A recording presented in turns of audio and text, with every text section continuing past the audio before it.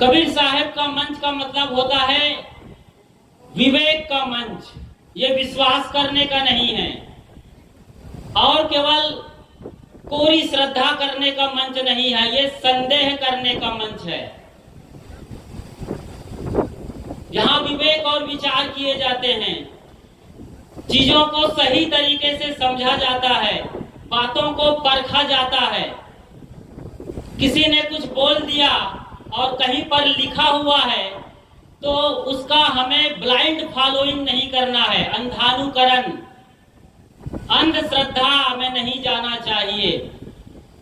इसी आपके छत्तीसगढ़ में एक पंडित जी आते हैं, बड़ा तामझाम, बड़ा पंडाल लगता है उनका, और वो एक बड़ा सूत्र देकर चले जाते हैं, एक लोटा जल सभी समस्याओं का हल। और आप इस मंत्र को रट्टा मार लेते हैं और बच्चों को सिखा देते हैं, एक लोटा जल सभी समस्याओं का हल।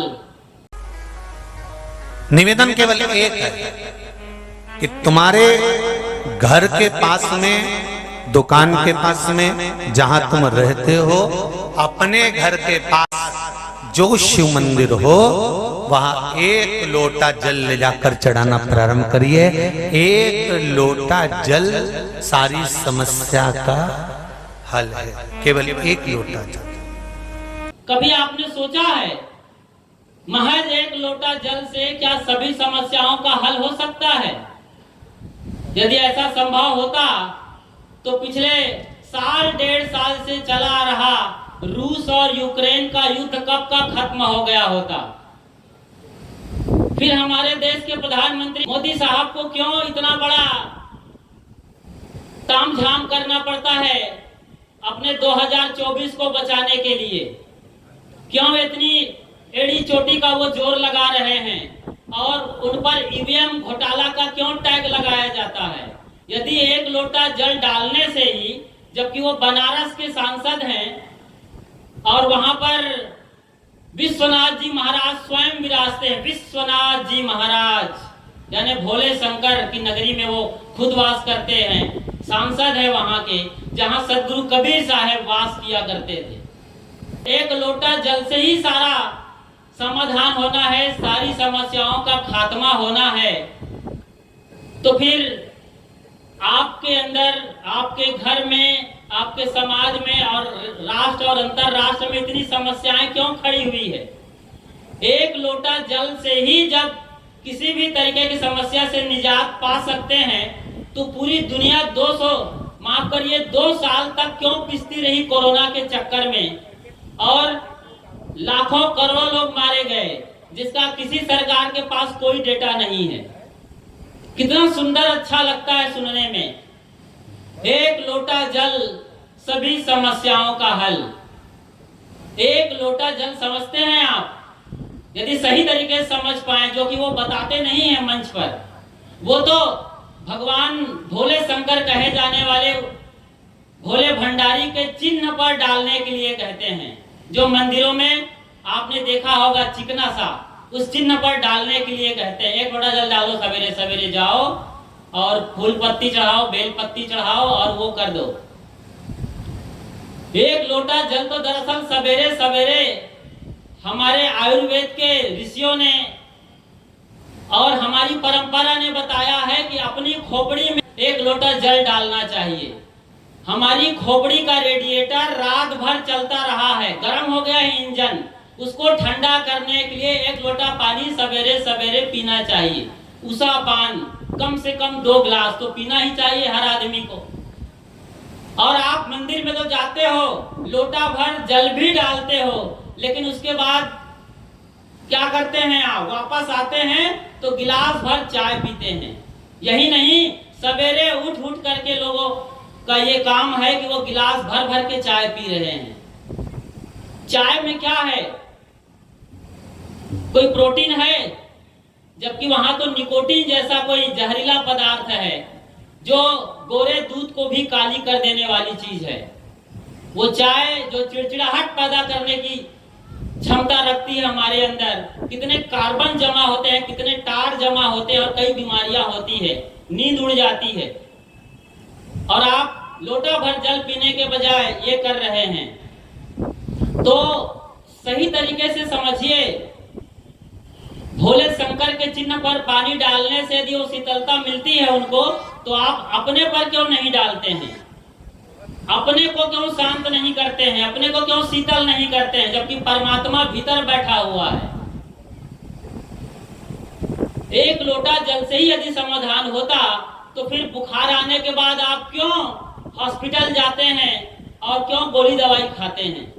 क्या ऐसा संभव है? सही तरीके से समझे किसी चीज को, भारतीय संस्कृति और सभ्यता को खुल करके बताना चाहिए। वही पंडित जी प्रदीप मिश्रा जी कहते हैं कि यदि आपका बच्चा, अभी एग्जाम का टाइम चल रहा है, साल भर भी स्कूल नहीं गया हो, तो आजकल एग्जाम के दिन वो क्या करे, मंदिर जाए भोले शंकर के और बेल के 3 पत्ती लेकर चिकने वाले भाग पर शहद लगाकर उसे शिवलिंग पर चिपका दे, तो आपका बेटा साल भर नहीं पढ़ा होगा, स्कूल का मुंह तक नहीं देखा होगा, अच्छे नंबरों से बाकायदा पास हो जाएगा। आप सोचिए, ये श्रद्धा करने की चीज है।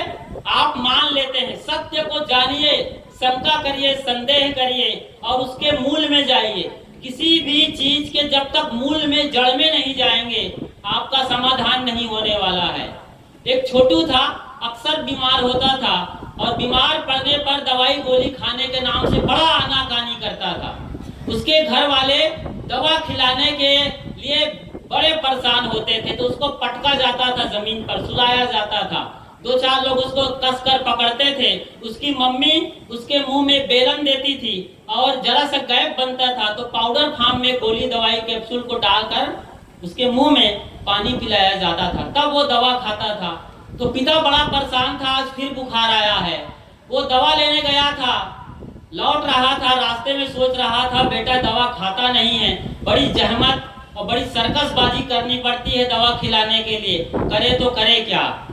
उसको एक आते आते एक आइडिया सूझा, होटल देखा और चला गया। होटल से रस का ले आया गोला, जिसको आप रसगुल्ला कहते हैं, तो गुलाब जामुन रसगुल्ला लेके आया और जैसे ही घर में आया बेटा को कहा, बेटा ये रसगुल्ला ले ले और जा पिछवाड़े में जा, जल्दी से खा के आ, वरना तुम्हारी छोटी बहन देखेगी तो वो भी मांगने वाली है। और उसने उस रसगुल्ला के अंदर मेडिकल स्टोर से कैप्सूल खरीद करके डाल दिया था, कैप्सूल या गोली, टैबलेट। लड़का खाता और ठीक हो जाता। वो लड़का गया पिछवाड़े घर के और पूरा रसगुल्ला खा करके आया। रसगुल्ला खाया तो रस इधर से बहने लगा, तो वो पहुंच रहा था पिछवाड़े में पलट के, बराबर रगड़ते पहुंचते आ रहा था, चबाते खाते आ रहा था। पिताजी ने पूछा, बेटा खा लिया ना? हाँ खा लिया। पूरा खाया? बिल्कुल पूरा खा लिया। और उसमें वो थी ना पापा? बेटा क्या थी उसमें? वो थी गुठली। तो गुठली को निकाल कर फेंक दिया। यही होता है आज सत्संग में और बड़ी सभाओं में जो धर्म कथाएं चलती है, आपको जो असली कैप्सूल और असली गुठली दी जाती है, पारख ज्ञान का, बोध का, सत्य का, उसे आप निकाल कर फेंक देते हैं और एक लोटा जल सभी समस्याओं का हल, ये सस्ता नुस्खा में आप चले जाते हैं। और वो पंडित जी आपके छत्तीसगढ़ से करोड़ों रुपए बोरे में भर के चला जाता है। मेरा कोई प्रदीप मिश्रा जी से व्यक्तिगत दुश्मनी नहीं है, जबकि व्यक्तिगत रूप से मिश्रा जी के जो पीए है वो मेरा अच्छा खासा मित्र है, बातें होती हैं उनसे।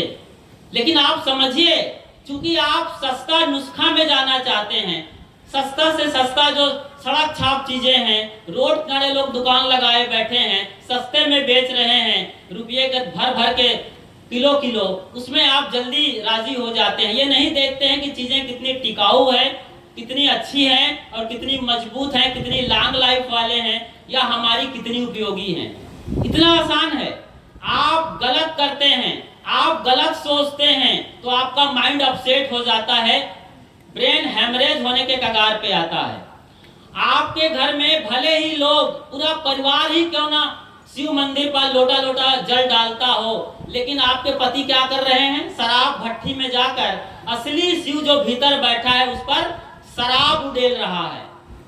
और मैं हरिद्वार में था जब कांवड़ वालों की यात्रा चल रही थी। मैंने देखा अपनी आंखों के सामने आपके बच्चे जो हरिद्वार जाते हैं कांवड़ यात्रा लेकर के, कांवड़ लेकर के, वो लोग गांजा खींच रहे थे। आपके बच्चे कांवड़ यात्रा में हरिद्वार पहुंचे हुए हैं, हरि के दर्शन करने, हरि के चौराहे पर द्वार पर हैं, वो गांजा पीना सीख रहे हैं। और वो लोग गांजा पीना सिखा दिए जो लोग शिव के परम भक्त है, अखाड़ा वाले दशनामी सन्यासी हैं और निर्मोही अखाड़ा वाले हैं, तमाम साधु संत फकीर वहां बैठे हुए हैं, गांजा का कस ले रहे हैं, बड़े बड़े बाल हैं, जटाएं हैं और रंगीन वस्त्र हैं, बच्चे वहां सीख रहे हैं। तो भोला भंडारी जो कि योगी है, महाशिव है, ज्ञान के भंडार हैं, जहर पीने वाले हैं, समाज का जहर उन्होंने पी गया था, नीलकंठ कहा जाता है, और हम उनके नाम पर उन्हें गंजेड़ी भागेड़ी बना करके जहर पी रहे हैं, लोटा डाल रहे हैं। मैं कहता हूं सही तरीके से आप धर्म को समझिए। भारत का संविधान और धर्म समझने लायक है, पूरी दुनिया में इसकी पढ़ाई चल रही है, लोग समझ रहे हैं, हमको फॉलो कर रहे हैं, और हम वेस्टर्न कल्चर को फॉलो कर रहे हैं, ब्लाइंड फॉलोइंग चल रही है। धर्म के नाम पर जो सस्ते नुस्खे बांटे जा रहे हैं, बिना सोचे समझे आंख बंद करके हम भेड़िया धसान के तरीके से गिरे जा रहे हैं, पड़े जा रहे हैं, और इससे हमारा कुछ भी भला नहीं होने वाला है। जो कुछ अच्छी साख बची थी, सभ्यता बची थी, संस्कृति बची थी, इन सस्ते नुस्खों ने उसे भी कबाड़ा कर दिया है, बिगाड़ दिया है। पानी पीजिए लोटा भर सवेरे सवेरे, देखिए आपके भीतर का शंकर कैसे चैतन्यवान नहीं होता है। सवेरे सवेरे लोटा भर या 2-3 गिलास पानी पीने मात्र से आपकी 50 बीमारियां जड़ से खत्म हो सकती हैं। ये बात आयुर्वेद में आज से हजारों साल पहले लिखी हुई है। समझ रहे हैं इन चीजों को? पूरे सिस्टम को क्लियर करता है, वो बॉडी क्लींजर है। वो पानी चीजों को तोड़ता है, घोलता है, बहाता है।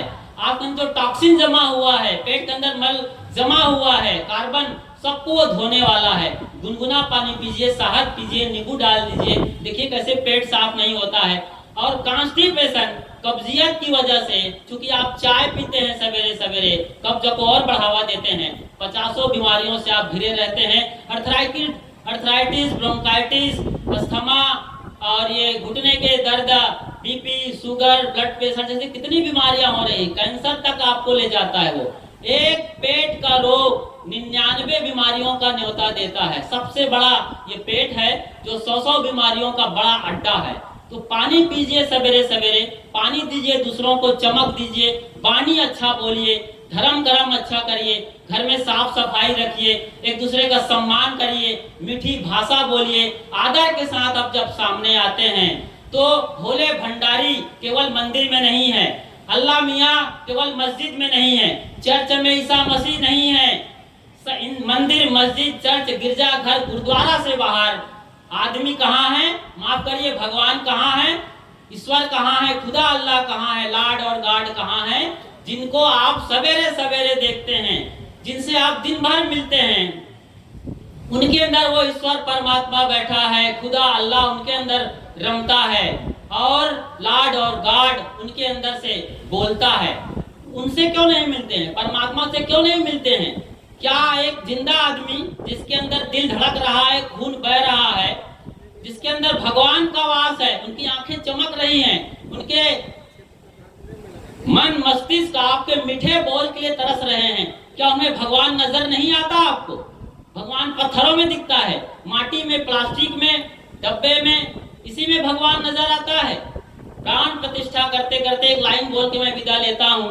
हमारे माननीय प्रधानमंत्री मोदी साहब प्राण प्रतिष्ठा के पहले रामेश्वरम गए थे, और कई जगह के मंदिरों में जाकर उन्होंने कहा प्राण प्रतिष्ठा के बाद कि मैंने एक अलौकिक शक्ति, ऊर्जा संचित की है, और उसी के साक्षित्व में ये प्राण प्रतिष्ठा का आयोजन हम कर रहे हैं देश के लिए। सचमुच में यदि प्राण प्रतिष्ठा संभव है इस तरीके से, तो रामेश्वरम जाकर के कई लोटा जल, रामेश्वरम में सबसे बड़े शिव विराजते हैं, जो कि वहां कहा जाता है कि वो ज्योतिर्लिंग है, 12 ज्योतिर्लिंगों में सबसे बड़ा नाम है रामेश्वरम का, जहां राम ने स्वयं, कहा जाता है कि शिव का वहां पर पूजा किया था। तो क्या मोदी वहां जाकर के आज जल ढाल करके 2024 से लेकर आने वाले 30 तक पूरे देश के प्रधानमंत्री क्यों नहीं बन सकते हैं? इतना आसान लगता है ये जल ढालने से?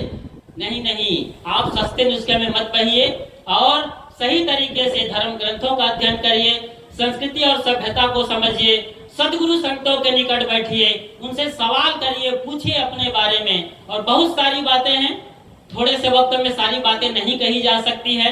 मैंने इशारा में बहुत कुछ कहने का प्रयास किया, एक आध लाइन आपकी समझ में आ जाती है तो मेरा कहना सार्थक है। बड़े इत्मीनान से, शांत होकर, आंखों में चमक रखते हुए नजरों से नजर मिलाकर मुझे सुनते रहे, इसके लिए आप सबका शुक्रिया, साधुवाद, साहेब बंदगी साहेब। बहुत बहुत आभार साहेब जी आपका।